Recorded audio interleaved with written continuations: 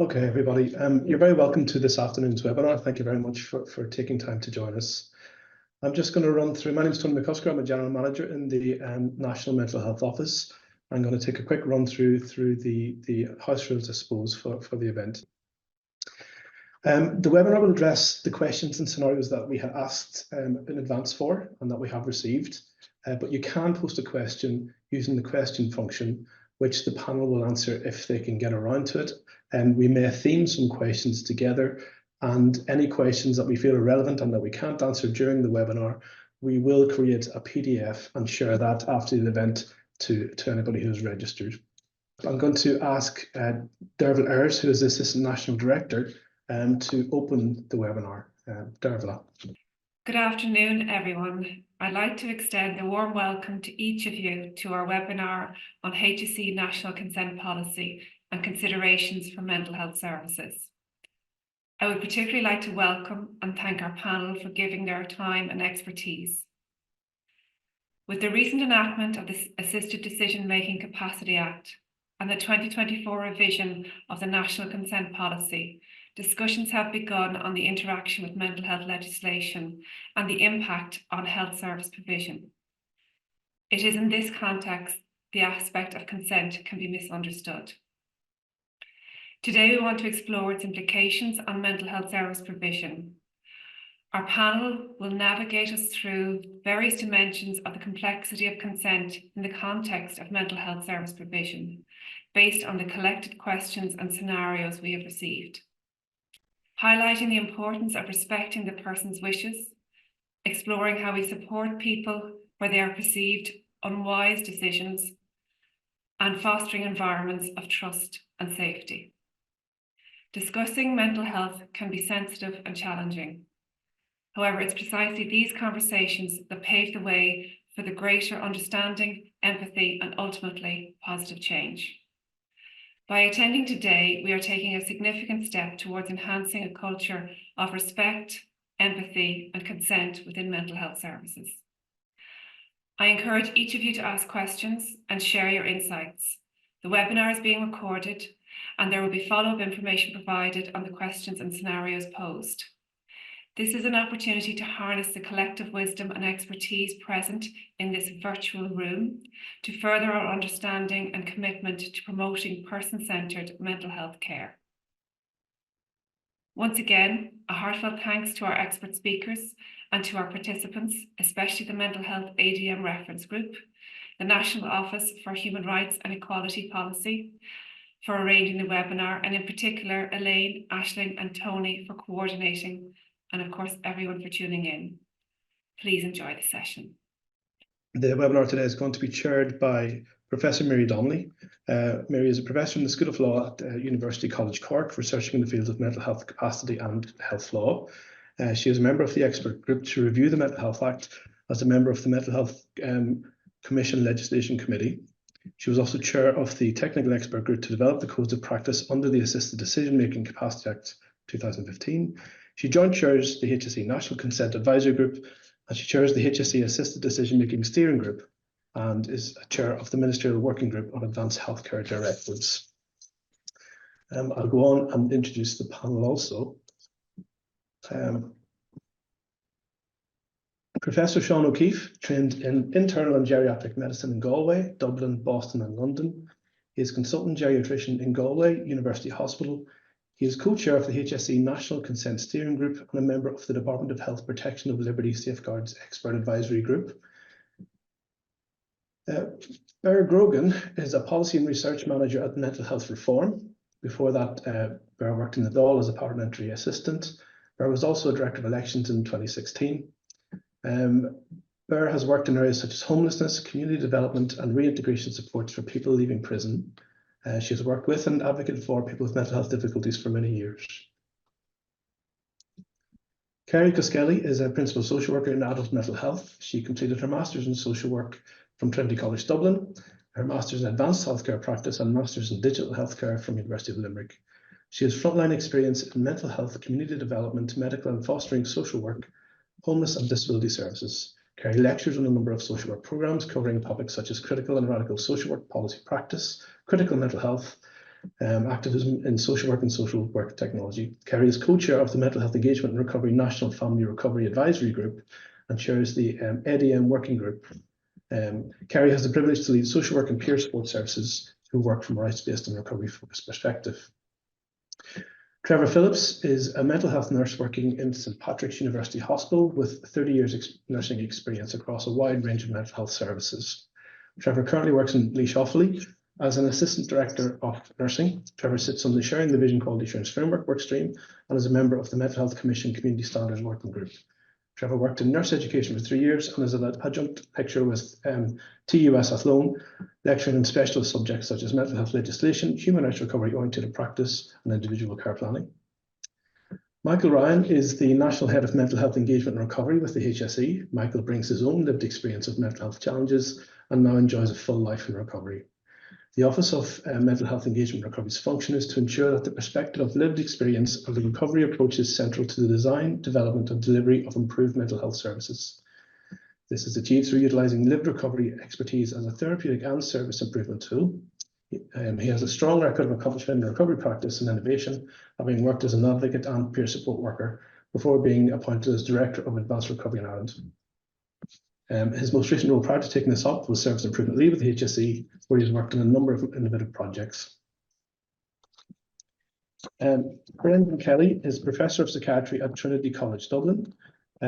He's a consultant psychiatrist at Tala University Hospital Dublin and UCD, visiting full clinical professor at University College Dublin School of Medicine and Medical Sciences. In addition to his medical degrees, he holds master's degrees in epidemiology, healthcare management, and Buddhist studies, and doctorates in medicine, history, a PhD in governance, and doctor in governance and law. He is a fellow of the Royal College of Psychiatrists, Royal College of Physicians of Ireland, and Trinity College Dublin.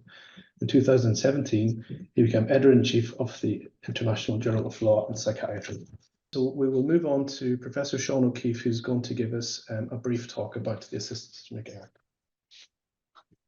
Hello, everybody. I'm going to talk generally about the revision of the HSE consent policy since commencement of ADM. And just a reminder at the outset that it does abolish wardship system and replace it with this three-tier hierarchy, with the final one, the decision-making representative or representation order, being the last resort and is court appointed. And these are options to support a person and are not mandatory interventions. What is very important for everybody are the guiding principles. And the starting position is always a presumption of capacity, but this is rebuttable if there's evidence to overturn it. Merely making an unwise decision doesn't mean that the person lacks capacity. But again, this is not, as it's sometimes said by people, a right to make unwise decisions, and there must be no intervention unless necessary to do so in the individual circumstances. And you see a lot of musts about any intervention, about how the intervener must behave, and they must do things like give effect as far as practicable to past and present will and preferences if ascertainable. And there are people that must be consulted, for example, particularly anybody the person wants or an existing decision supporter, and act at all times in good faith and for the benefit of the person. But benefit is not to be reduced just to medical best interests or safety above all other considerations. It's important to say that if there's any issue regarding detention or coercion, then this is not dealt with in ADM. And Assisted Decision-Making Act is not an easier or quicker way of detaining people, and decision supporters, including attorneys under enduring power of attorney or decision-making representatives, do not have powers of detention or coercion. And instead, these must go under applications to the High Court under their inherent jurisdiction. And we have seen an increasing number of these cases, and that's occurring post the AC case, in which the Supreme Court gave guidance on how we must behave if there is to be a deprivation of liberty, and since ADM commencement. This is unsatisfactory and unwieldy, and in the end we will have new protection of liberty safeguard legislations planned, and that's proceeding with some urgency at present, but it will still take a year or two. I do want to step aside for a second and just talk about this concept of unwise decisions and risk. And it's very easy to overuse the risk lens and to be overly risk averse. And ultimately that will lead to poor decisions and poor care of people. talking about risk is meaningless without thinking about the nature of the particular risk, the frequency, and how severe it is for that individual. Even for unwise decisions, there's a spectrum, again related to the nature and likelihood of a poor outcome, from what may be perhaps an unwise decision to something that seems totally irrational and makes no sense whatsoever at the opposite end. So there's a lot packed in there, and we need to think about these factors. It's also important to say that there is never any chance of no risk. No risk, anything doesn't exist. We always have to weigh up the potential benefits and risks of any decision, including not making a decision, and that's in the context of the person's values, preferences, and goals. So it's important that we try to solve problems and mitigate risk, and it's also important to recognise that this isn't easy for staff, and we need to support each other and rely on each other in these difficult cases. I finish with that quote, which is rather a famous one. It's from England and Wales Court of Protection, and the conclusion is widely quoted: "What good is it making someone safer if it merely makes them miserable?" So we have to think about all of the possible outcomes from the person's point of view, and as Sir James Mumby said, we need sensible risk appraisal and not striving to avoid all risk, but seeking a proper balance. It's sometimes easier to give a case, and this is a true case, one of my own, slightly edited, and it was a lady who'd had a stroke and was under my care, and she was left really very disabled as a result, with a lot of difficulties with swallowing, and she went home with a peg tube, and her care was primarily provided by her husband, but with a big care package, and it was recommended to be nil by mouth because the swallow was very impaired. And 3 years later, there was a referral from community staff that the husband was giving her water and wine, soup, ice cream, not all at the same time, thankfully. He wouldn't listen to their advice that he stop doing this. There hadn't been chest infections, but they felt there was a serious risk of aspiration pneumonia, and it was seen by staff as a safeguarding issue, and perhaps even a form of abuse or neglect, and that the lady might need to be taken from home and placed in a nursing home. I must say, from my perspective, there were a number of red flags as to this degree of concern. Because she'd been very frail and unwell leaving hospital, I wouldn't have been surprised if she hadn't survived 3 years, and she hadn't been admitted to hospital. The husband was devoted to her. I remembered him well.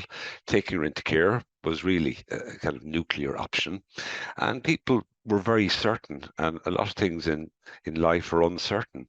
And in particular, there was a common misperception that there's a strong link or inevitability even between aspirating food and fluid and developing potentially fatal pneumonia. The husband was angry and frightened and felt humiliated by being in a way implied abuser or neglectful of his wife. He said his wife really enjoyed her oral intake. As for his wife, she looked wonderful. She was well groomed, well nourished, alert, no distress.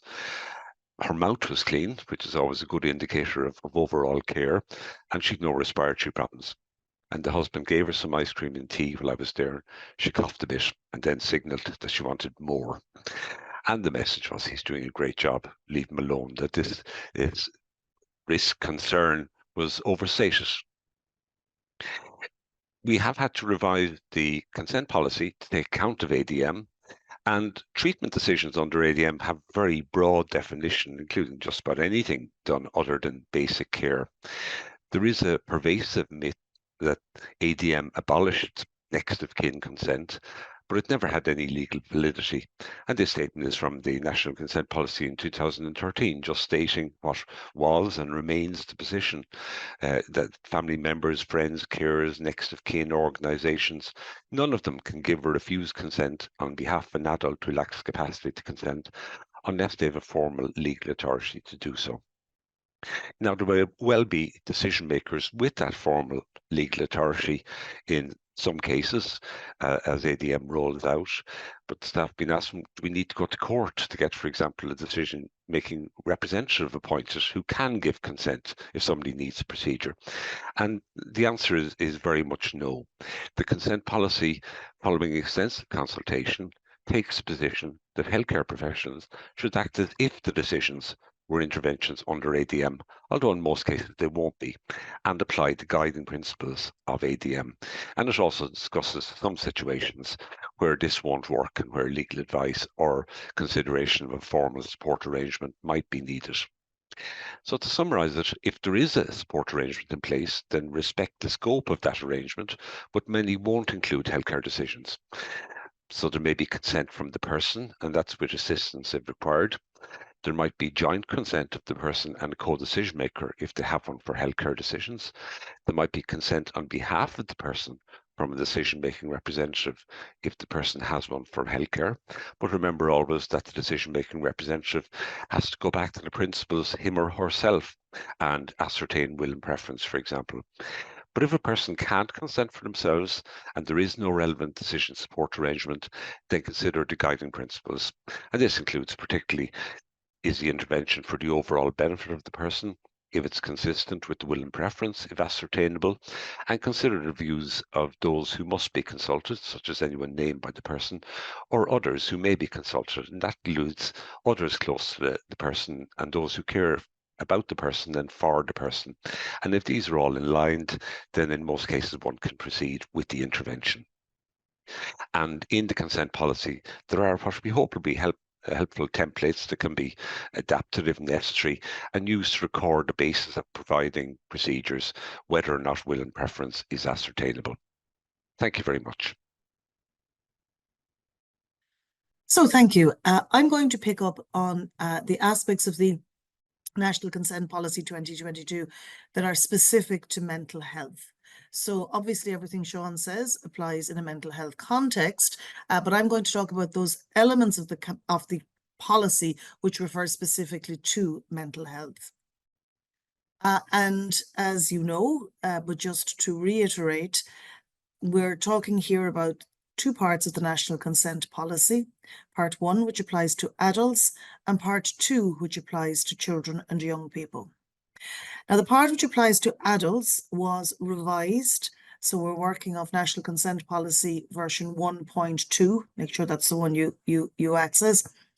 And this is revisions to take account of the Assisted Decision-Making Capacity Act as amended.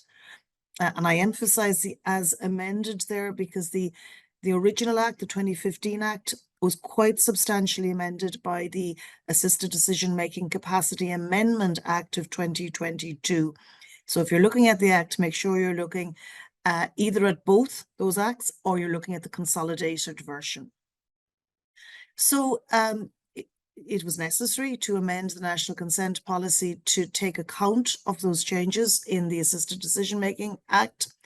In doing that, there was extensive engagement with key stakeholders, including in this instance, the Office of Legal Affairs within the HSE, with legal counsel, and also with the State Claims Agency. And those revisions to the adult section incorporate relevant aspects of the codes of practice issued by the Decision Support Service. And the revised policy is in place, in effect since 22nd of January of 2024. All of the changes, because they related to the Assisted Decision-Making Capacity Act, which applies to adults, all of the changes were to Part 1. Part 2, there are no changes made, so the 2022 policy as introduced continues to stand exactly as introduced. But today I'm going to talk about both the Part 1 and Part 2, just really as a reminder for Part 2 for you. So I suppose one of the big changes in respect of mental health in the Assisted Decision-Making Capacity Act came through in the 2022 amendment. And we'll see what the amendment did in a moment. And this is all treated in Section 6.5 of the National Consent Policy, Section 6.5 of Part 1. And the effect of that, and this is all set out in the policy, is to make it very important the basis for admission of somebody under the Mental Health Act. And as I'm sure you're all aware, there are two bases for admission under the Mental Health Act, and I've put them there on the slide for you. The first is under section 3.1a of the Act, and that's sometimes called the risk ground. It arises where, because of illness, disability, or dementia, there is a serious likelihood of the person concerned causing immediate or serious harm to himself or herself or to other persons. So that's A, and that's the risk ground. The second ground or basis for admission is B, 3.1b, section 3.1b. And this is sometimes called the illness or the therapeutic ground. And that applies where, because of their illness, disability, or dementia, the person's judgment is so impaired that failure to admit them to an approved centre would be likely to lead to a serious deterioration in the person's condition, or would prevent the administration of appropriate treatment that can only be given by such admission. In other words, it can't be given in the community. And this "and" is important, the reception, detention, and treatment of the person would be likely to benefit or alleviate the condition of the person to a material extent. Okay, so keep those 3.1a risk and 3.1b therapeutic in mind as we move to the next slide. So if a person is admitted under section 3.1b, i.e. under the illness ground, and again, this is all set out in part 1, section 6.5 of the consent policy, if they have a decision-making representative, and you remember Sean talked about decision-making representatives, they're appointed by the court and empowered by the court. If someone admitted under 3.1b has a decision-making representative, the decision-making representative can give consent on behalf of that person, presuming they've been authorized to do so by the court, because the decision-making representative's powers and authority are whatever is given to them by the court. But that means that somebody's been admitted under the Mental Health Act and they have a decision-making representative. If they've been admitted under B, under the therapeutic ground, then you're talking with their decision-making representative when it comes to consent. The other very important aspect of 3.1b, or of being admitted under 3.1b, is if that person, the person admitted under section 3.1b, has made an advance healthcare directive in respect of treatment, that must be complied with in the normal way. Now, somebody admitted under 3.1a, this does not arise. So 3.1a, AHD, in respect of treatment for a mental disorder, is not legally binding in the same way. So I'll talk through that a little bit more. The same rules for advanced healthcare directives apply in respect of mental health advanced care directives as physical health advanced care directives, provided we're dealing with somebody who's admitted under section 3.1b. That means that a refusal of treatment is legally binding, provided the advanced healthcare directive is valid and applicable. And as I'm sure you'll be aware, there are several webinars which set out the requirements for validity and applicability under the Act, if you want to read up further or listen up further on that. Where the person, as I say, is admitted under 3.1b, the requirement to comply with their AHD continues. The fact that they've been involuntarily admitted under the Mental Health Act does not change their advanced healthcare directive in any way. If somebody's been admitted under section 3.1a, as I said, their AHD in respect of a mental or treatment for their mental disorder is no longer legally binding. And treatment in that instance is determined in accordance with the Mental Health Act, Part 4 of the Mental Health Act. Having said that, of course, their advanced healthcare directive is a very important clinical instrument. It indicates what the person would wish to happen. and indicates their will and preference. So it remains clinically very important, but not legally binding in the same way as if they're admitted under the therapeutic ground. And just one other reminder, and this is in the Act, and it's restated in the consent policy at section 716. If somebody is admitted on either ground and they have an AHD related to treatment for a physical condition, that is not affected by their admission. The admission affects only advanced healthcare directives relevant to treatment for a mental disorder. All of that is stated. It's all from the Act, and it's all stated in the National Consent Policy, section 716.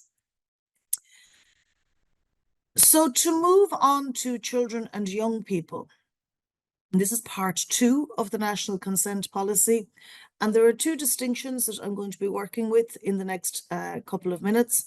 The first is where a definition of a distinction between a child, which is somebody under 16, and a young person, which is somebody aged 16 and 17 years. So that is a distinction made in the National Consent Policy. Another distinction, and this distinction emerges from the Mental Health Act and is of course replicated in the National Consent Policy, and that is a distinction between a voluntary patient and a patient who is involuntary, or another way of putting that is who has been admitted under the Mental Health Act of 2001. It is very much the norm in respect of children and young people that they are admitted as voluntary patients. We'll talk a little bit about what that means in a second. Admissions under the Mental Health Act are relatively rare. So in part 2, section 8, we see the general requirements which apply to all children and young people, i.e. whatever age, and whether they're admitted voluntarily or under the Mental Health Act. They must all have an individual care plan, which must address their educational needs as well. And where possible, that care plan must be developed in conjunction with the child or the young person. This is a legal obligation, but it is restated in the National Consent Policy. The next, this slide it constitutes something of a change in the 2022 policy, so I do want to talk about it for a moment.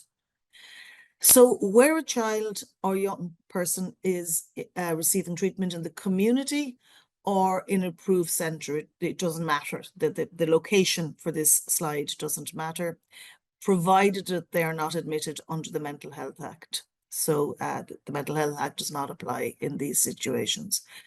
Where the child is under 16, so child in the sense of the policy, parental consent is required for treatment. However, the involvement of the child is very important, and this is something which the National Consent Policy really reinforces in respect of not just mental health treatment or treatment for a mental illness, but in general. So that's really reinforced. So essentially, you have no difference between the legal position in respect to treatment for mental illness and treatment for any other kind of illness. For those aged 16 and 17, the consent of the young person is sufficient. So once the age of 16 is reached, the person can consent themselves. This is a change from the 2013 consent policy, and just one to watch out for there. The consent policy is very clear that when somebody is 16, just as they can consent to treatment for a physical disorder, they can consent to treatment for a mental illness. However, it is important to be aware, and again, this is the same whether the illness is mental or physical, that for anyone under the age of 18 who refuses treatment, so they don't want treatment, whatever the nature of their condition, their refusal may ultimately be overturned by the court. So it's not an absolute refusal in the same way as for example, an adult can make. However, The National Consent Policy is clear, and this again is based on court rulings, that the young person's views should be treated with respect in accordance with their age and maturity. So I want to talk now a little bit about what the consent policy says about voluntary admission to an improved centre. And I have voluntary in inverted commas there because it's voluntary in a very specific kind of way. In that, a voluntary admission to an approved centre essentially means an admission to which the young person or child's parents have consented. So the young person or child themselves might not be one bit happy to be there, but it's categorized as voluntary in a legal sense if they have, if the parents or guardians have consented. Here we're talking about under 18s. Okay, so that's important to be clear. And the reason we're doing that is that the Mental Health Act defines a child as someone under 18. So in respect of admission, we're covering both children and young people. The National Consent Policy identifies the need for consent of parents and guardians in that situation. It states that it is best practice to obtain the consent of both parents. If one, or obviously both, but even if one parent refuses, then it is no longer possible to have a voluntary admission. And in that case, admission must be under the Mental Health Act. And we'll see in the next slide how that works. If one parent consents to admission and the other cannot be contacted, the policy says that voluntary admission may proceed if the healthcare worker is of the reasonable opinion that voluntary admission is in the best interests of the child or young person. So that's in a case where one of the parents can't be contacted. The National Consent Policy is very clear that the views of the child or young person are very important in these kinds of cases. And it also includes a statement, and again, this was not there in the 2013 policy, so this is a new statement in the 2022 policy, that if 16 and 17-year-olds are refusing or resisting voluntary admission, then even if the parents consent, it is appropriate to seek legal advice in that situation if the young person is resistant. So some changes there from the old policy, as it were, from the 2013 policy, which are worth being aware of. And then I think my final slide looks at the position where the Mental Health Act applies. So this is where a child or young person has been admitted under the Mental Health Act. As I said before, the Mental Health Act applies to anyone under the age of 18, or a child, excuse me, is anyone under the age of 18. Unlike admissions for adults, a child, anyone under 18, can only be admitted by means of a district court application. So have to go to the district court to have an admission there. And only the HSE can bring that application. So at that stage, the parents are either not in the picture or not consenting. And at that point, you're at a HSE application. Admission is on the basis that the child or young person has a mental disorder, and the same definition of mental disorder that we saw a couple of slides back applies there. Once a child has been admitted under the Mental Health Act, and again, child meaning under 18, treatment does not require the consent of either the child or their parents. So consent is no longer an issue. Having said that, the National Consent Policy is very clear that the child's rights, including their right to information and consultation, must be respected. So children's rights don't go away because they've been admitted under the Mental Health Act. And the policy is also clear that it is best practice to involve parents or guardians. So that, I think, is at the end of mine. Thank you for listening.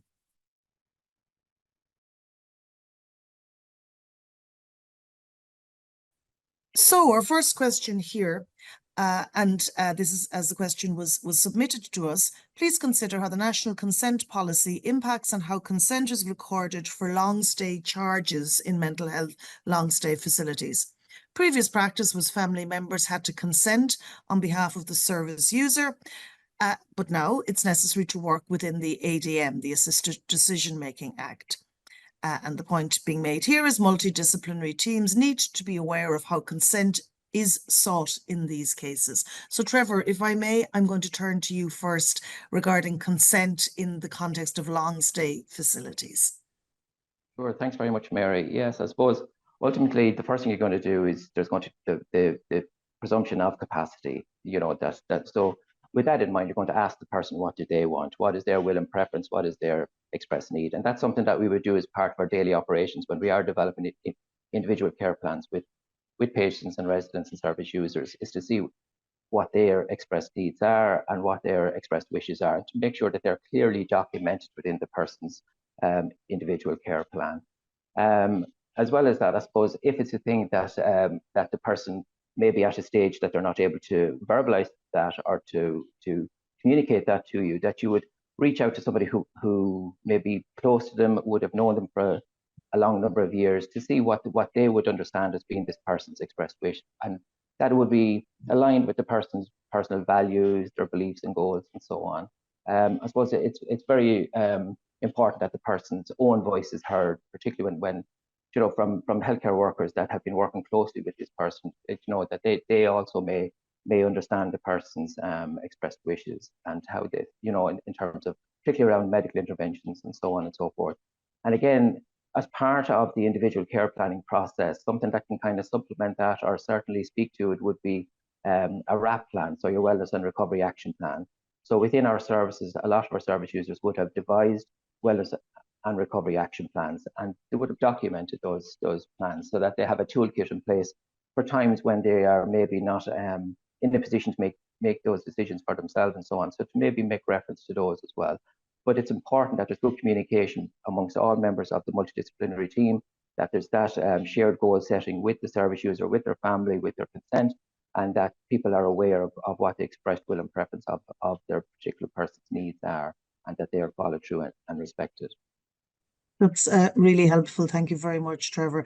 Kerry, I'm going to turn to you from your perspective on this question, people in long stay facilities. Thank you, Mary. Yes, as Trevor said, I think a number of things are important to consider in this particular scenario. So I suppose the first piece for me is to remember that asking and talking to people from the very first moment we meet them is important. So I suppose explaining and discussing people's financial considerations and the potential impacts on their finances as they journey through our healthcare services, that's important. So I think having the pre-conversations, talking to people about all potential options that they have, particularly when they are just being admitted to an acute unit or any inpatient unit. So talking to them and using every opportunity possible to ask people's will and preference with regard to their financial considerations and how different stages of their journey may impact on them individually, and also then seeking consent to talk to their loved ones, to their supporters, but thinking about that across the spectrum. So thinking about the informal supporters up to and including supporters that may be formally appointed, for example, advocates, or when we're thinking about the assisted decision-making act, formal decision makers and decision supporters. So I suppose checking in with people constantly, remembering that consent is not a one-off situation. It's a changeable situation and can change both with people giving us consent, but also changing their mind and withdrawing consent at different points in their journey. And I suppose that's, for me, a really important piece of the jigsaw puzzle, is to always consistently check in with people, but also being specific about what the request is that we were making of somebody, or what the options are that we are giving somebody. So I suppose being clear communicating in a way that people understand, and also giving them the implications and the potential outcomes of each of the scenarios so that they can make an informed decision. So that will apply in all situations, but for this one in particular, I think it's really important to have those conversations at the very, very beginning, so that when we get to the point where somebody may be considering remaining or living somewhere for a longer period of time, that they really know what they are consenting to in terms of their finances. That's brilliant. Thank you very much, Kerry. Really valuable to have that perspective on finances, which I think is a very important element here. Going to turn to you now, Brendan, as the psychiatrist on the multidisciplinary team. How do you think consent, what needs to be done in terms of consent, and how consent is sought in long stay cases? Consent is required in long-term psychiatric care in the same way that it is required in other settings. It is important to remember, as Trevor and Kerry have pointed out, that informed consent from the person remains at the heart of all agreements about care and about long-term arrangements. For some people, making these decisions involves consultation either with families or with others, but the principles are the same. I note in the question, it's mentioned that previously family provided consent. Family don't provide consent on behalf of another person unless there is a specific legal arrangement in place to that effect. So for people, and perhaps especially for people in long-term facilities, it's important that the requirements of consent outlined in the legislation, possibly with support, are implemented in full and recorded clearly. So our next scenario, please advise how best to address healthcare workers' need for consent to participate in activities or interventions in social care and residents are unwilling. So the examples given here include things like podiatry, ultrasound, GP appointments, as well as neglecting self-care in a residential continuum. I might go to you first on that one, Trevor, please, and then I'll follow that up with Burr. Thanks, Trevor. Okay, thanks, Mary. Absolutely, yes. This is something that is being known to happen from time to time within the care settings. I suppose ultimately what you're looking at there is to make sure that you would certainly rely a lot on your therapeutic relationship with your resident, with your client. Over a period of time, you would have hoped to have developed your therapeutic rapport. So with that, you would get to know your person very well. You know, the person that you're working with. You would also look and see, is this refuse congruent with their previous will and preferences or their beliefs and values? See, is this something that they would, you know, in terms of their maybe personality traits and so on, would this be kind of fit in with that? Based on your therapeutic rapport, obviously, as a mental health nurse, you would rely very much so on your therapeutic use of self. So you would use your personable, your interpersonal skills, your communication skills, to try and ascertain and elicit from the person what their concerns may be. So the refusal may be down to something in terms of a fear that they don't understand what's been asked, particularly when you're talking about ultrasounds, podiatry, and these medical terms. They might say, well, I don't know, is it invasive? Like, what do I have to do? And so on. So when it's actually explained clearly and in a manner and in a way that is respectful, but also in a way that they will understand, I think that's very important. Also, I suppose to ensure that you're intervening in good faith, that you're not imposing your own values on somebody, that you have to be respectful of again their will and preference, and to acknowledge that as the policy mentions, unwise choices, and this might be one of those unwise choices, but it's about exploring that and seeing to make sure that the person has all of the information provided to them in a manner that they can understand in a respectful way, and ascertaining from them as well if there's anybody else that they would like to advocate on their behalf, be it another staff member, a family member, or indeed an advocate or something like that, that we could explain what the intervention or what the proposal is, and again allow them time to consider it, so that it's not sprung on them at the last moment, that it's something that they have time to consider, all the information around it and so on.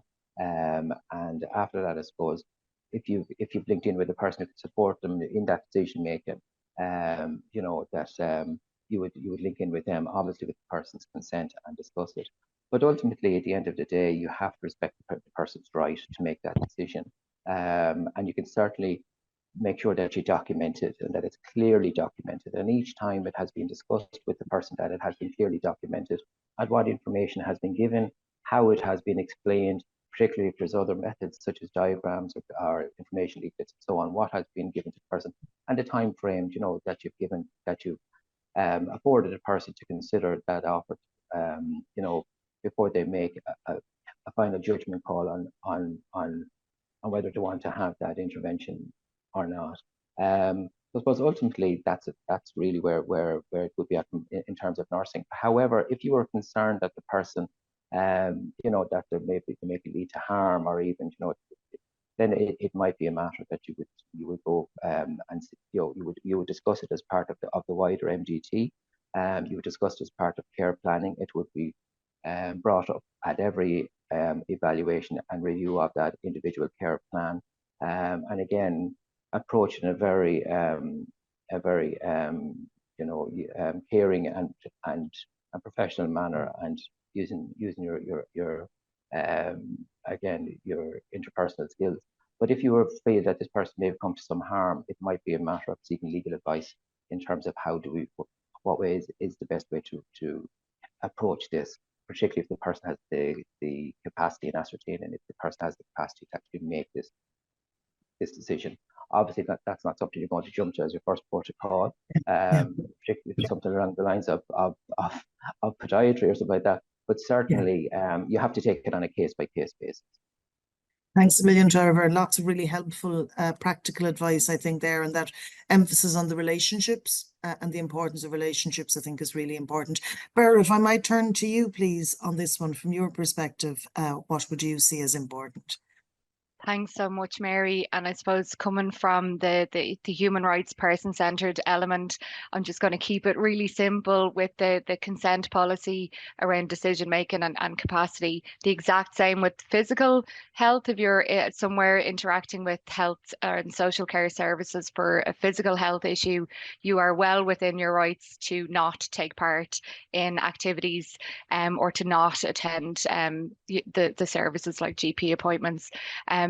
It brings it back to that piece around best interests, or what we or the healthcare workers consider the best practice, and can people support positive risk taking? So if you see it as something that you don't agree with, or as a so-called potential unwise decision, you know, that you step back from that and you say, okay, as Trevor has pointed out, the person has all of the information in accessible ways for them to make the decisions, and then, you know, the decision is up to them. So to empower them with what might be considered positive risk taking.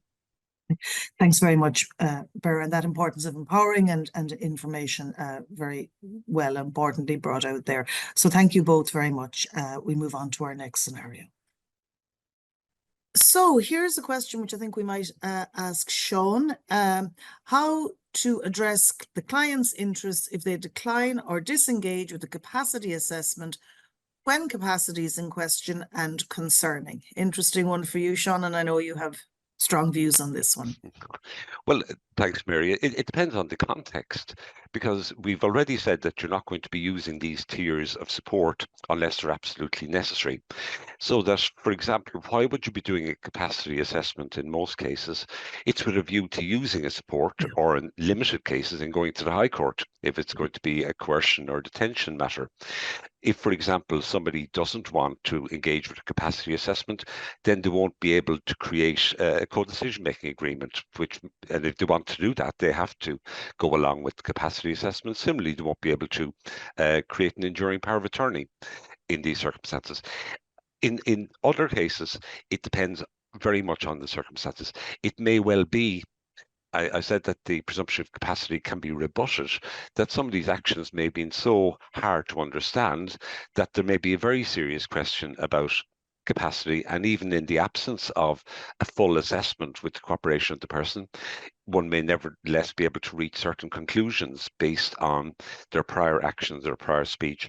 In many cases, though, one isn't able to go ahead with it, and a lot of what we've been talking about has been engaging with people and coaxing them. It's to figure out why you want to do it and what you're going to do with the result. And it's certainly the case that you will be less able to provide a suitable report on capacity if a person totally refuses to engage with you. And sometimes that's simply impossible. You simply have to report your efforts to engage with the person and perhaps come back and engage them again in the future, but context dependent. Thank you. Fantastic, Sean. Thank you very much. So the why is very important. Why are you testing or assessing capacity here? Thank you, Sean. So this question concerns situation where somebody is in acute mental distress, unable to fully discuss and consider questions around consent, confidentiality and information sharing as it pertains to family and supporters. And of course, this can be quite a complex situation. So we're going to call on Kerry, Michael and Brendan on this one. Kerry, we might turn to you first, if that's okay. How does one deal with these kind of confidentiality issues, particularly when someone's in considerable distress? Thanks, Mary. Yeah, as you said, none of these questions and considerations are easy. They're all complex and they're all nuanced, and they will obviously be on a case-by-case and situation-by-situation basis. But I suppose some basic considerations will and should apply in all instances. And I think the scenario kind of names most of the issues I'd be considering. So thinking about what is the consent policy for, what is it specifically pertain to. So seeking consent for someone to engage in an intervention, a service that you or I are offering, first of all, and then considering then the interactions of the limits of confidentiality in that situation, and then also information sharing and what that means. And very often it can be difficult to pull those apart, but they're all the things that I've been trying to think of separately and simultaneously when I'm supporting somebody and when I'm interacting with them, particularly if it's somebody who is in acute distress in a mental health context. I suppose when we think about families and we think about supporters, again, that's another piece to the jigsaw. So I suppose my first protocol would always to try and interact with somebody in their environment. So thinking of a person never in isolation, but in the environments, in the communities, in the families, in the situations that they exist within, and interacting with the person in that context. So in any situation, always as part of our initial assessments and our initial interactions with people, is to consider who they interact with on a daily basis, who supports them, and talking to them about that, and talking about the importance of involving others in their care journey and why that might be important. And then also talking to somebody about what the difference is in terms of what's personal and confidential information and what is maybe general information that could and should be shared with others in terms of supporting not only the person in mental distress, but also the people in their lives who may need their own support, but also need information to be able to support the person who's in acute mental distress. So I suppose being able to have those conversations, knowing that those conversations don't all have to happen right there and then, and can happen on a continuous basis, and using every single opportunity that we have when we talk to that person to check in about those issues. Because I might make a decision today that I don't want anybody else involved in my care, or I don't want somebody to know something specific about me. But the next time I meet you as my care provider, I may have another view. I may wish to actually have somebody with me when I attend my appointment. I may wish to have somebody different interact on a particular issue or decision. I may have somebody formal, like a formal decision maker, that I may wish to be involved in one situation. I may wish then to have my loved one or my friend involved in another part of my journey.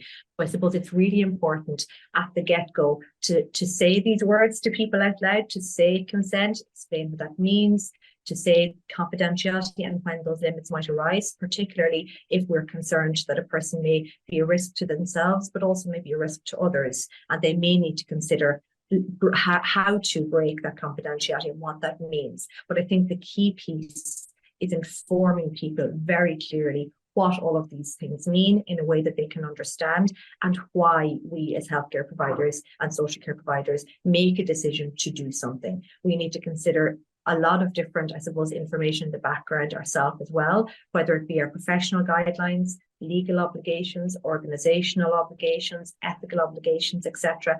all of those come into play. So again, this isn't a one-off scenario, and it's also not something that we should make in isolation. We should be talking to our colleagues, we should be talking to our teams, we should be talking to our supervisors, etc., about all of these issues and trying to tease them out as we progress along this journey with people. Thanks very much, Kerry. A lot of really kind of helpful points made there, and that this isn't a once decision. This is something which changes and may change over time is I think really important. Michael, I might ask you for your thoughts on this issue of confidentiality and information sharing. Thanks, Mary. Really, I think Kerry covered a lot of it there, but just to reiterate, I suppose the autonomy of the service user and the person in all situations as much as possible. And I think if we don't know what the person's opinion is in relation to engaging with family or supporters, then we don't do it until we get some more clarification from the person themselves. Often in these situations, we're talking about, I suppose, fluctuating capacity. So just because somebody isn't able to make a decision today doesn't mean they can't do it tomorrow. So I think any involvement of the family where we don't have consent can only really be where there is, the defined risk, to self or others. But saying that, I mean, there is information that would be appropriate to share with families. In terms of maybe what generically happens in these situations and what will happen next for the person, and hopefully at that stage, the person may be in a position to give or not to give consent. But until that's clarified, it should only be essential information that's shared. But there, as Kerry spoke as well, there are supports and information available that can be made available to the family, that would support them in their own well-being, and that should be offered. Thank you. Thank you, Michael. That's really helpful, and that distinction between generic information and information which is specific to the individual, I think, is really helpful. Brendan, from a psychiatry point of view, how do you think this kind of issue should be approached? As Kerry and Michael point out, this is a difficult situation. I guess one of the first points is that a person who is in acute mental distress may be able to make decisions about whether or not to involve family, and that needs to be respected even in this very difficult situation. It is important that we encourage service users to consider involving family or friends or supporters, because these are people who can be extremely helpful in giving effect to the person's will and preference and supporting them during times of crisis. So we do need to be very consistent over time, as both Kerry and Michael pointed out, in encouraging this and pointing out the benefits of it. It is also important that families are aware they do not have an automatic right to information specific to the person's treatment. Generic information can be helpful, but it's really a matter of professional practice and engagement with families to know where that line lies between specific personal information and providing generic information that clearly indicates certain aspects of care. So it is important that we encourage service users to involve other people in their care. Outcomes tend to be better. Similarly important, families and others are aware that in the absence of specific legal arrangements, they do not have an automatic right to information regarding treatment, and maybe that's something they need to discuss with the service user themselves in order to clarify that a little bit further for themselves. But this is obviously a difficult situation. In the event that there is a significant risk, most professional bodies have guidance about this. For doctors, the Medical Council, in its ethical guidance, specifies situations in which disclosure without consent is ethically defensible. This is when disclosure is required under law and disclosure in the words of the Medical Council, to protect other individuals and in the public interest. In these circumstances, there might be a public interest in disclosing information where the benefits to somebody else or to society outweigh the duty of confidentiality. These are exceptional circumstances involving serious harm. In these circumstances, the Medical Council advises the doctor should disclose the information to an appropriate person or authority and include only the information needed to meet the specific purpose. So the exception in terms of risk is really quite demarcated. The overall principles that Kerry and Michael have outlined so well are to try and encourage the service user to involve family or friends as they feel appropriate. This might be a number of conversations over time, and it's sometimes necessary to manage the expectations of family who may have developed the belief that they have a legal right to certain information when that is unlikely to be the case. So here we're concerned with working with people with intellectual disabilities and the considerations around the National Consent Policy. Bear, I'm going to go to you first on this one, and then I might hand over to you, Kerry, please. Thanks so much, Mary. I suppose I'm going a bit like a broken record in all of my contributions today. It's really, again, people with intellectual disabilities or any other disabilities or communication needs. It's the exact same as, you know, as anyone else and as everyone else. So the good practice would be about, as Trevor mentioned earlier, around getting consent and talking to people, maybe using different types of communication tools, accessible communication tools, having a number of conversations with the person, talking to them about their usual will and preferences, and the relationship that you will have built up with them during their time accessing the services. So that we know there's mental health, the MHID, the mental health intellectual disability teams as well.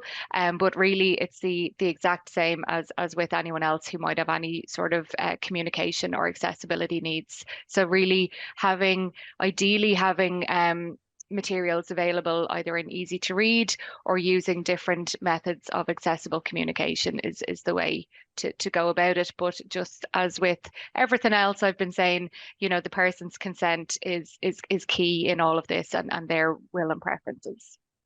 Fabulous. Kerry, over to you, please.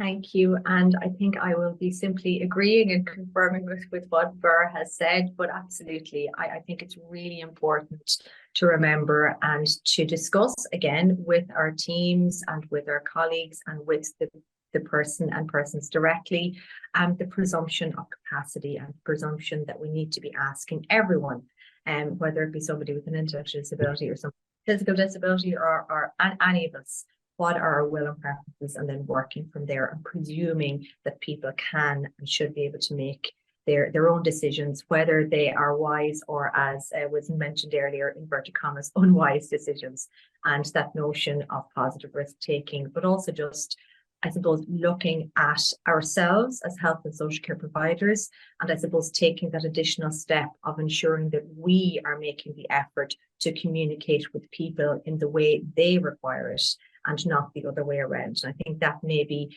something that we need to work on a little bit. And I think this is an opportunity to do that, to try and ensure that people are very informed and know what all of the options are, and then can make informed decisions.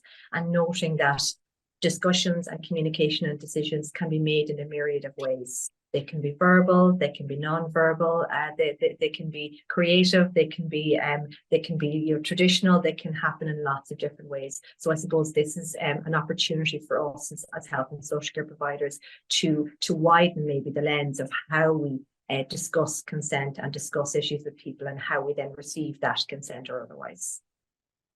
That's brilliant. Thank you very much, Kerry and Burr, and that is very much threaded through the National Consent Policy, but those practical steps to give effect to it are really helpful. Thank you both.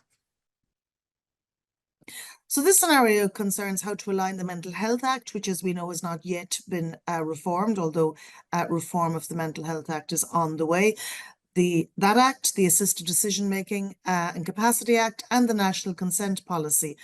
And as you know, the Mental Health Act refers to best interests, whereas the Assisted Decision Making Act refers to in good faith and for the patient's benefit, as one of the guiding principles, although of course it also refers to respect for will and preferences. So how do we align those in practice? So I'm going to turn to Trevor and then to Brendan to talk us through this. So Trevor, over to you first, please. Okay, thanks very much, Mary. I suppose, yeah, it is a fairly significant concept to grasp, particularly with the best interest versus in good faith. But I suppose it's important to put it into context in terms of where is the clinical practice. So when we talk about clinical practice, what setting are we talking about? And I suppose at this point, it's good to reflect that the vast majority of mental health services, as we all know, are delivered within the community.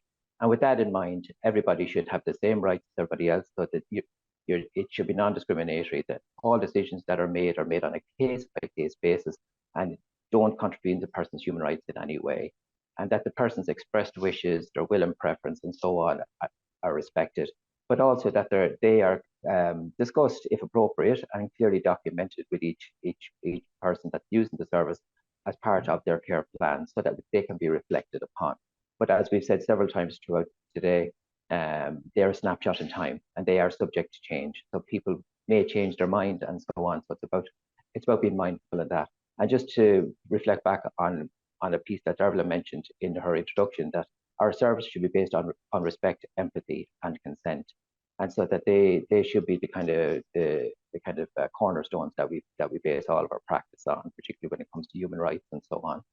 Now, just to come to the Mental Health Act, I suppose, regardless of the Mental Health Act, you know, as I've just said, their people's rights and their expressed wishes need to be respected. However, there are times when the Mental Health Act will make us kind of have to really scrutinize that, particularly if somebody is detained involuntarily under the Mental Health Act. So again, as I said, the vast majority of our services are within the community, but there are our approved centres, there are our admission units, our inpatient units. And even within those units, the vast majority of the patients within and service users within the approved centres are there on a voluntary basis. So they're there because they understand, they have the insight to know that they're unwell, they need help, they're there to accept help, and hopefully they're to aid them on the recovery journey and to get back to their loved ones and back to their own communities. For those that are there involuntarily under the Mental Health Act, obviously they're protected and there are protections there. So there are two ways, as we know, that somebody can be detained under the Mental Health Act, and I know Brendan will be able to speak to this far better than I will. But particularly when you look at the two ways, there's 3.1a of the Act and 3.1b. 3.1a being the kind of the risk of harm to self or others. So again, it's looking at the risk ground. The 3.1b is more sometimes referred to more as the therapeutic ground, that if the person was left without treatment, that there is a sense that their mental health would deteriorate to a fairly material extent and may lead to a worsening of their condition. So their involuntary detention is required in order to offer them treatment.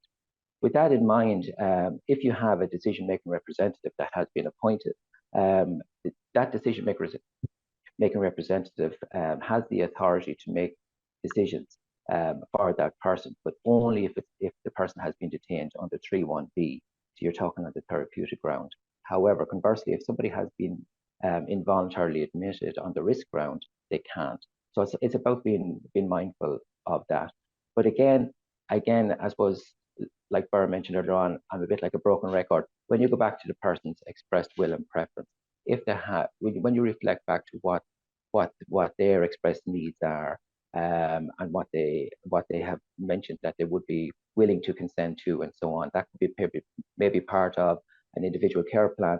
It may be part of a wellness recovery action plan, or so on, and that you're also involving family members and loved ones and carers in those decision making. So it's not done subjectively, it's not done in unison, that it's done as in a very collaborative way and a very respectful way, being mindful of what the person's expressed wishes were, and that those decisions have been clearly documented. But again, I suppose it's about making sure that that there's any care that's being offered is done in a very non-discriminatory way, because the person just happens to have a mental illness or maybe a mental disorder. You still have to respect their expressed rights and their expressed wishes and preferences in terms of in the context of a human rights approach to care. Thank you very much, Trevor. That's very, very helpful. Brendan, what are your thoughts on this question and this relationship between best interests and in good faith and for the person's benefit? Thank you very much, Mary, and thank you, Trevor, for that. The principles of the Mental Health Act do not only include best interests, that is one of the principles, but when you look at the legislation itself, it also says that in making any decision under the Act concerning care and treatment, due regard shall be given to the need to respect the right of the person to dignity, bodily integrity, privacy, and autonomy. So when we're talking about the principles of the two pieces of legislation and the National Consent Policy, they're not in fact that different. And the way that the Mental Health Act has been operated in recent years, certainly the emphasis shifting significantly from sole focus on best interest to those other principles that are already in and have always been in the Mental Health Act, including dignity, bodily integrity, privacy, and autonomy. So if the best interests phraseology in the Mental Health Act maps a little bit onto the for the benefit of the person phraseology in the capacity legislation, these other principles are also present in both the autonomy, the respecting of dignity, the privacy, and the bodily integrity, also present in the Mental Health Act from the beginning. So the principles are present in both pieces of legislation, and we duly see those reflected as well, not only in the National Consent Policy, but in codes of ethical practice for doctors and others. So on the issue of principles, it's really a matter of recognizing the commonality of the principles, and that contrary to what is often said, best interest is not the sole principle in the Mental Health Act. There are many others there as well, and increasingly best interests is operated in a way that is fundamentally rooted in will and preference, as well as the person's right to dignity, privacy, autonomy, and so forth. So the next one is the role of the Mental Health Act in community treatment and the way in which the National Consent Policy operates in the context of community treatment.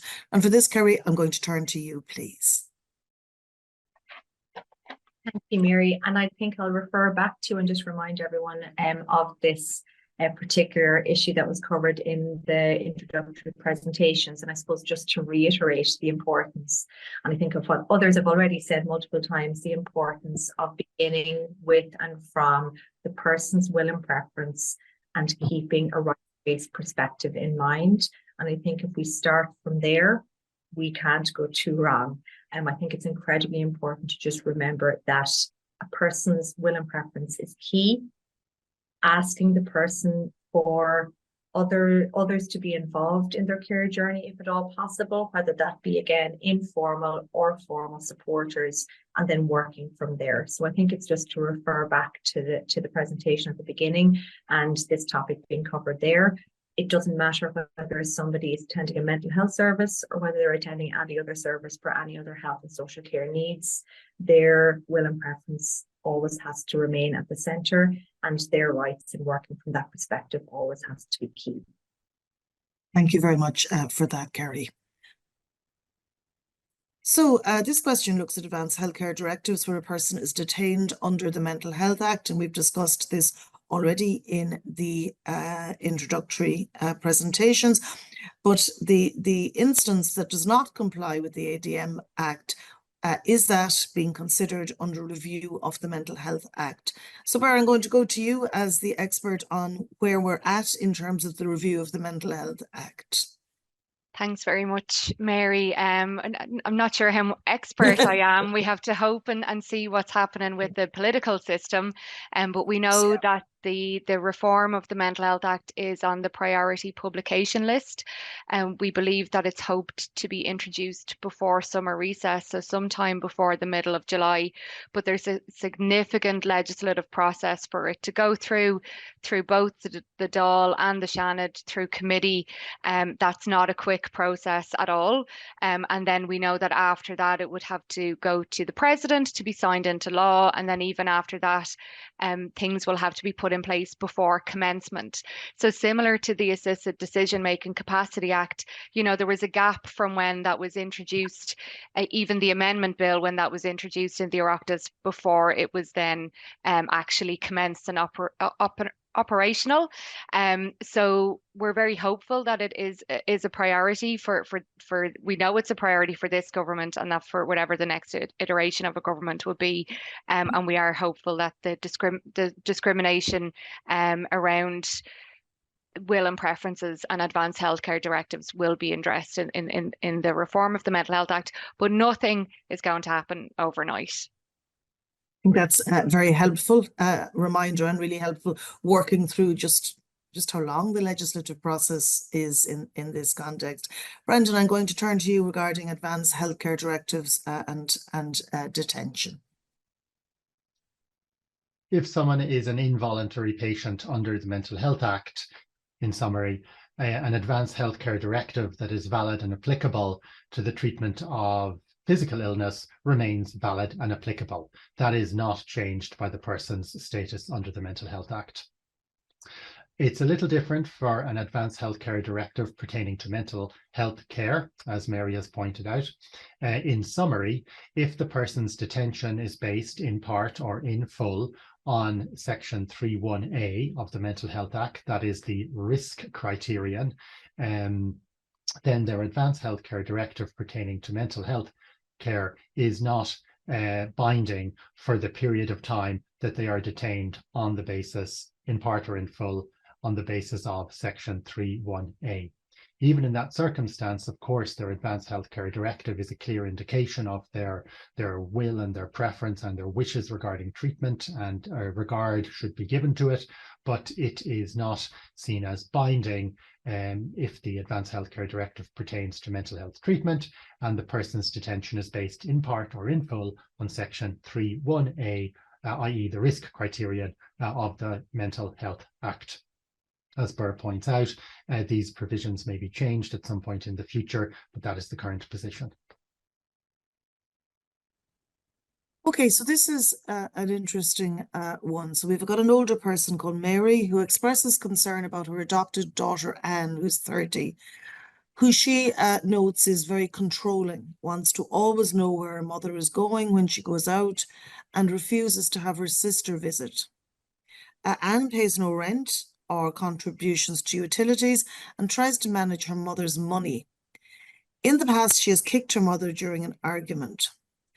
Anne attends AMHS, Safeguarding Social Workers Services, GP and AMHS services are involved and aware of the situation.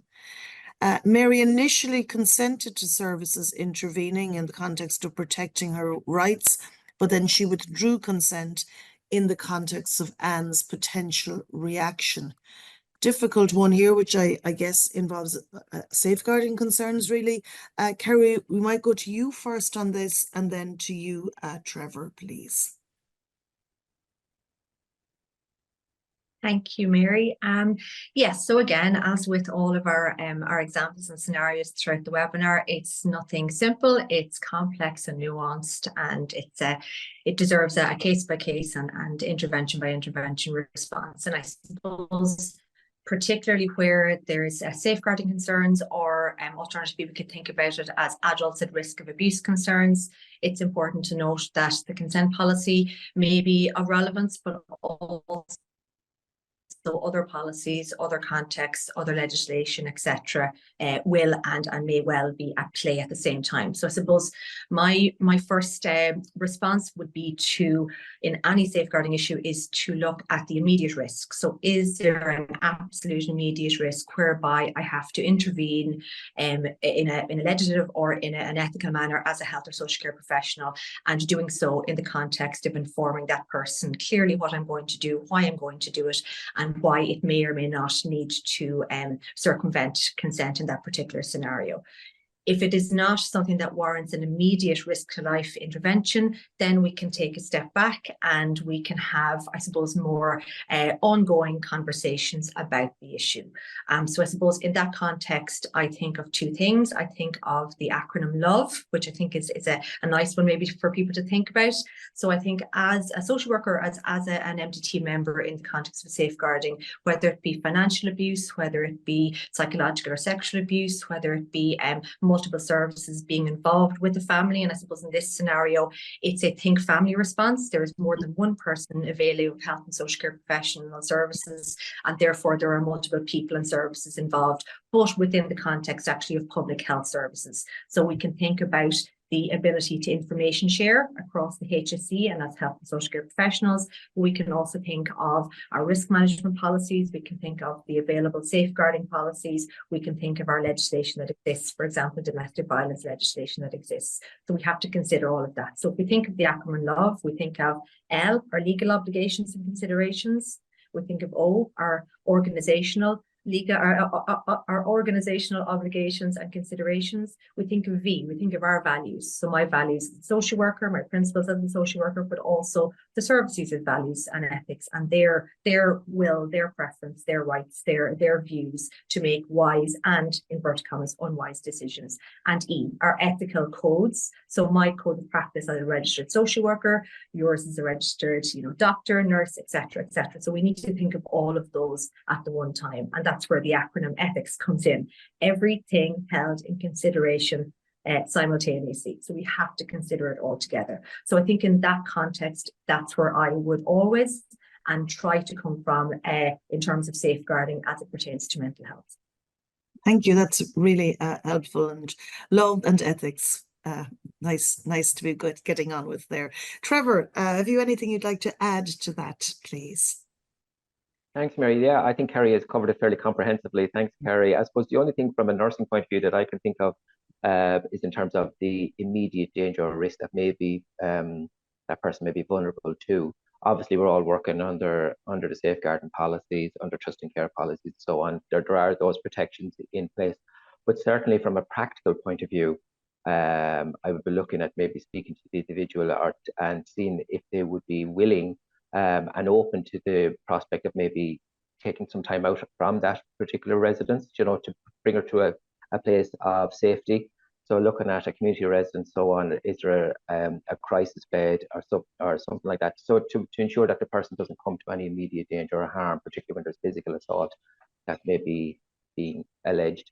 But certainly to make sure that as a multidisciplinary team, that we work collaboratively, that we have a very much a shared goal in maintaining the integrity and the safety of that individual, and making sure that their rights are upheld and that the risks that are potentially that they're being exposed to are going to be minimized insofar as possible. I suppose again that reflects back, speaking of ethics, to our duty of care to the person, that we make sure that we will offer them insofar as possible any protections that we can, and we'll explore all those options. And I suppose it's also important to make sure that those options and those offers are documented, or clearly documented, and the outcome of those offers are clearly documented. But again, that these are things that are revisited, that you don't just say, well, we've addressed that, leave it alone. That it's something that is very much high on the agenda, and that person's safety is certainly of a priority for the team. Fantastic. Thanks very much, Trevor and Kerry, for that. Okay, so this question concerns smoking cessation, and it's a really difficult one, I think. Smoking in long-stay residential settings, which are under the HSE and have a no smoking policy. How does this relate to residents' rights? Ber, it's a difficult one, but I'm going to turn to you first, and then I'll turn to Brendan for his thoughts on this. Over to you, please, Ber. Thanks so much, Mary. Yeah, it's a difficult one, and I suppose it's important to say that this isn't actually, covered at all under the Assisted Decision Making Act or technically the laws that we have and the consent policy. Obviously in mental health reform, we advocate for parity of esteem with physical health treatments and physical health settings. So if you're a person with mental health difficulties and you're in a hospital for a physical health treatment, you're not going to be allowed to smoke there either.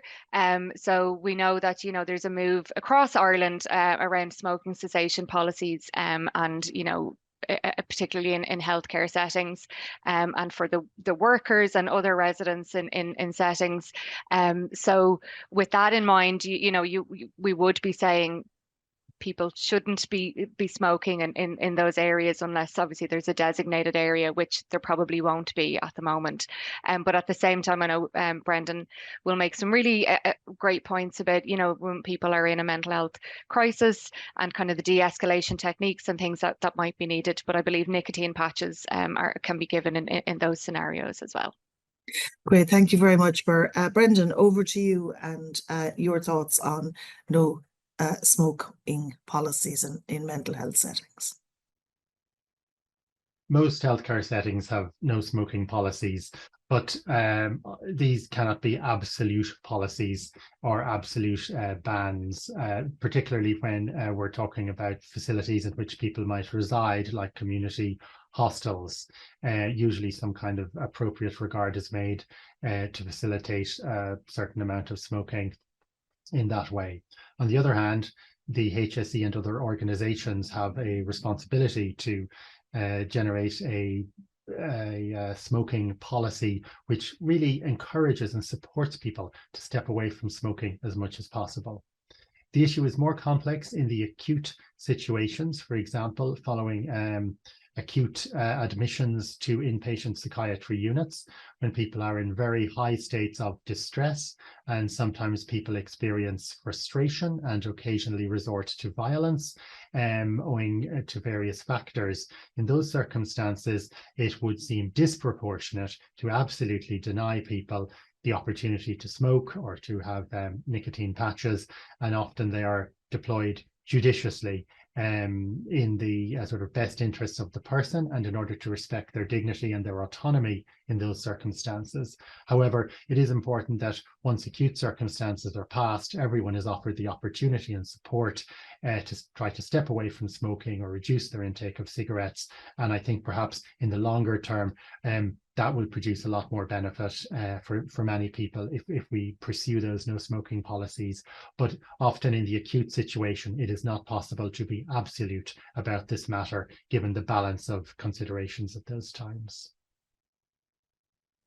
So this question, I know, identifies something which a lot of people have expressed concerns about.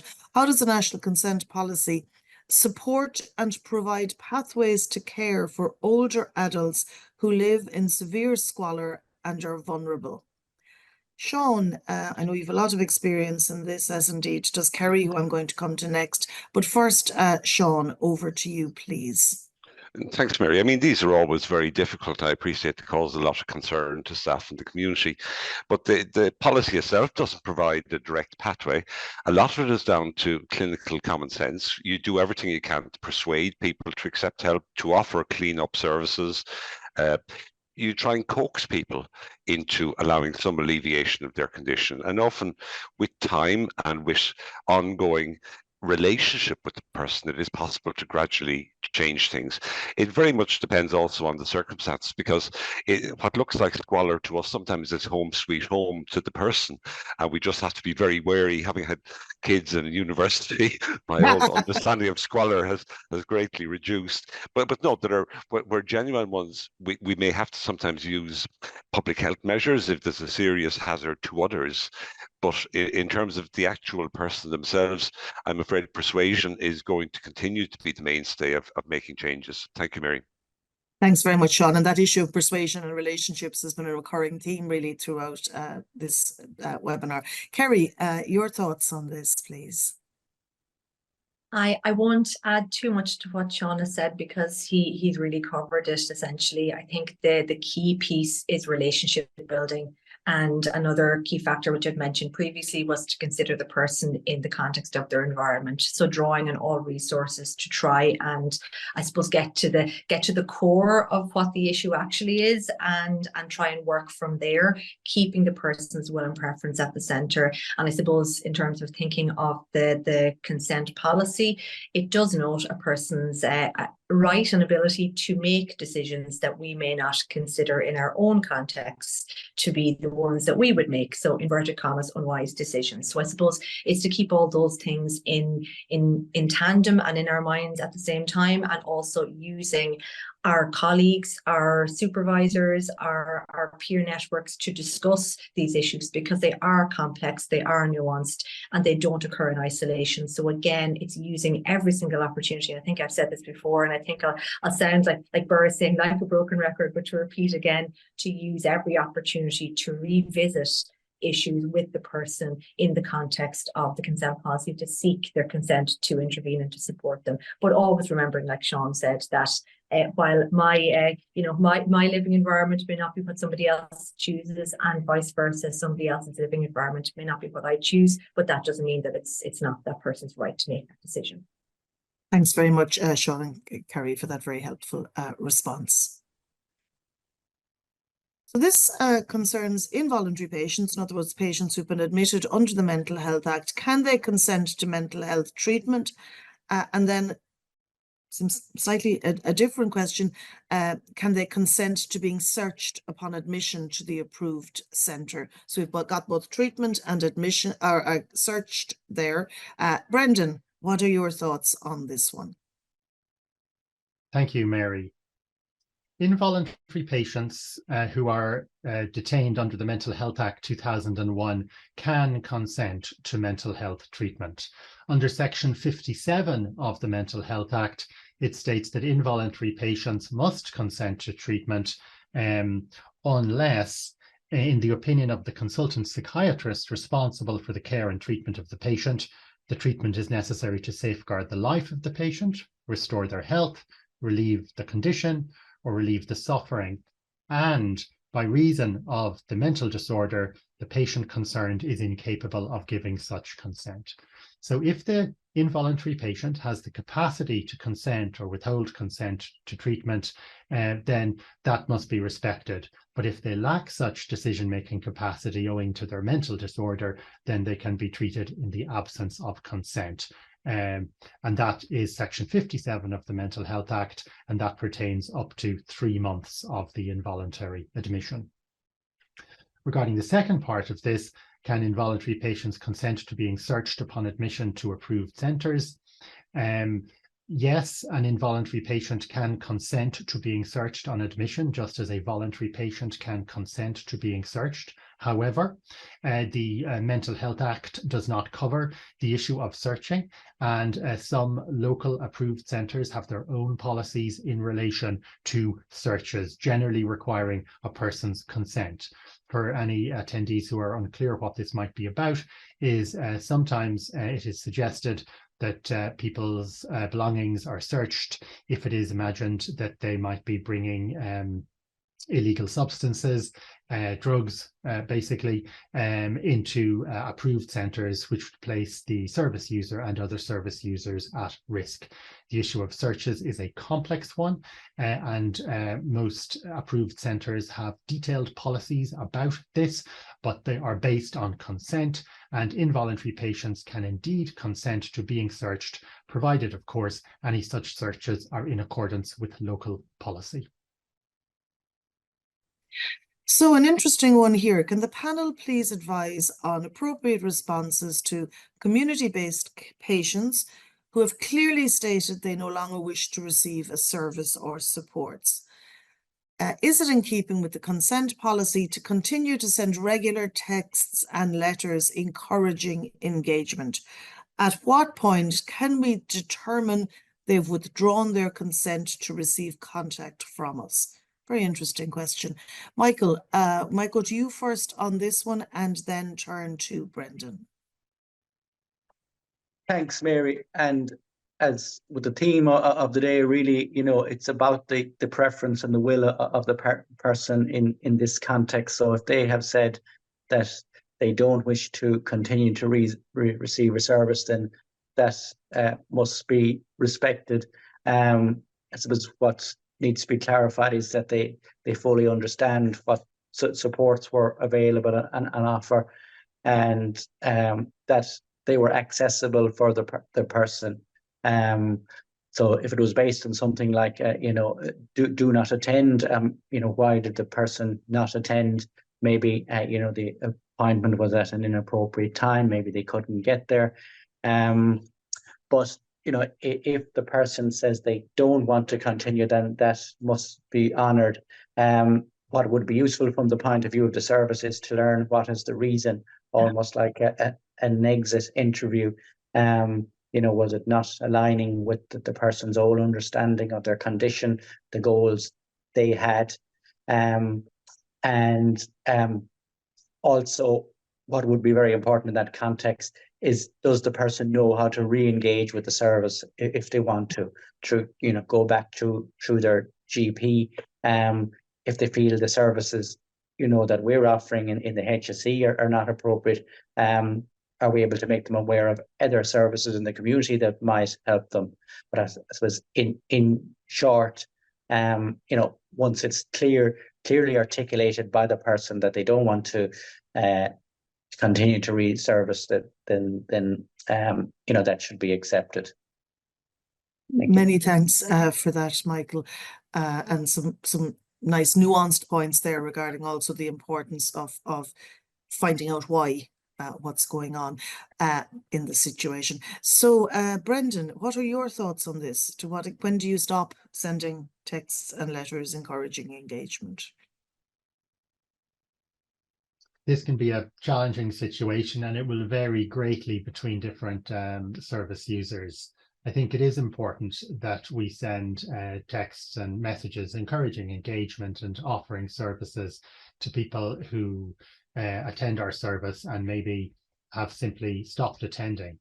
It's slightly different if the person declares they no longer wish to attend or receive a service. But for people who simply drift away, it is important to encourage re-engagement. And very often people with enduring conditions, maybe long-term schizophrenia, for example, will tend to simply drift away, but will often respond to engagement or encouragement to re-attend. There's no defined time period possible to specify for this, but certainly for some people, there can be quite prolonged periods of disengagement leading to serious deterioration, and the health service has a responsibility for people with certain long-term conditions to really be quite proactive about seeking to re-engage them in order to reduce risk to them, to their lives perhaps, and also to provide support to them to make choices that are healthier. So certainly for some people who have very short-term conditions and declare they no longer wish to be engaged, it is important to figure out why, to indicate how they can re-engage if they so wish, For other people with more longer term conditions, where perhaps disengagement is part of the nature of the condition, it is important to be that little bit more proactive, maybe a little bit more encouraging, and also to ensure the door is always left open for those times when perhaps the person's symptoms will indeed intensify in the future. So here we have a somewhat similar question, and we're going to put this to Michael and Brendan again. What's the best practice for the individual placement and support employment service user engagement process where that service has been repeatedly declined by the service user? So would you have the same answer as your previous answer, or would you have some different points you'd like to make there, Michael? Thanks, Mary. I suppose one of the core values of the individual placement and support program is that it's based around the person's own desire, to gain employment, and to gain meaningful employment, and that's kind of a double-edged sword in terms of the person themselves says, I want a job, I am ready, then it's in IPS, that's accepted as a criteria to be supported to get employment. So if someone says that they don't want to seek employment at this time, they're not ready for whatever reason, absolutely, that's respected as their decision. And this is really linked to care planning and recovery care planning. What are the goals for recovery that they have stated in their care plan? And recovery is an organic, it's an evolving process. So someone may not feel capable of taking on full-time employment or any employment at the moment, but that's not to say in 3 months, 6 months that won't have changed. So really, it's having a real discussion around recovery goals that's important here. What would you like to do? How will you get there? What's the first step? So maybe it's very basic things like reconnecting to your community, going to some sort of a day center type role, training, volunteering. So there's a step-by-step process. So but absolutely, once the person expresses that they're not seeking employment, then I suppose I feel like they're ineligible for the IPS process. Thank you. Thanks. It's really, really helpful, Michael. And again, that people change and processes should respect that. Brendan, your thoughts on this, please.